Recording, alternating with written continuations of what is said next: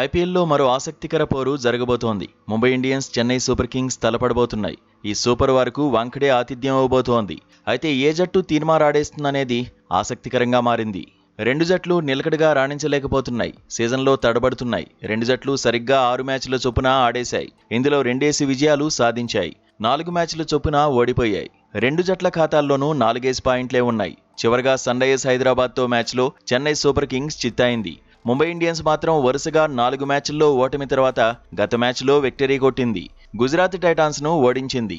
రెండు జట్లలో ముంబై ఇండియన్సే ఫేవరెట్గా కనిపిస్తోందని ఎక్స్పర్ట్స్ చెబుతున్నారు. కానీ సీజన్లో భారీ అంచనాల మధ్య బరిలో దిగినప్పటికీ ముంబై ఇండియన్స్ ఇంకా తనదైన ముద్ర వేయలేదు.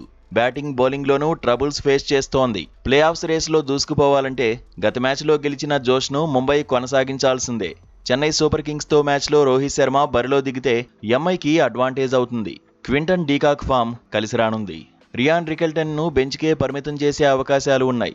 రోహిత్ ఆడకపోతే డానిష్ మలేవర్కు మరో ఛాన్స్ దొరుకుతుంది.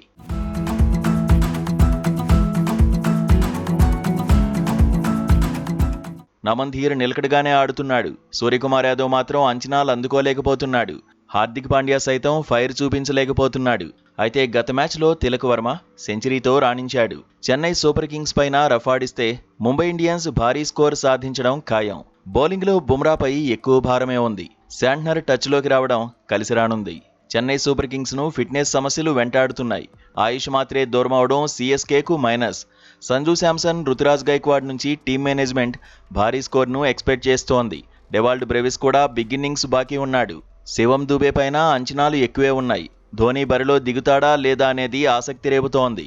బౌలింగ్లో అన్షుల్ కాంబోజ్, నూర్ అహ్మద్పై భారం ఎక్కువగానే ఉండబోతోంది. సీజన్లో వాంఖడే ఇప్పటివరకు 3 మ్యాచ్లకు ఆతిథ్యం ఇచ్చింది. 6 ఇన్నింగ్స్ల్లోనూ కనీసం 190 పరుగులు నమోదయ్యాయి. Mumbai Indians, Chennai super Kings మధ్య ఇప్పటివరకు 39 మ్యాచ్లు జరిగాయి. 29 మ్యాచ్ల్లో ముంబై ఇండియన్స్ గెలిచింది. చెన్నై సూపర్ కింగ్స్ 18 మ్యాచ్ల్లో సత్తా చాటింది.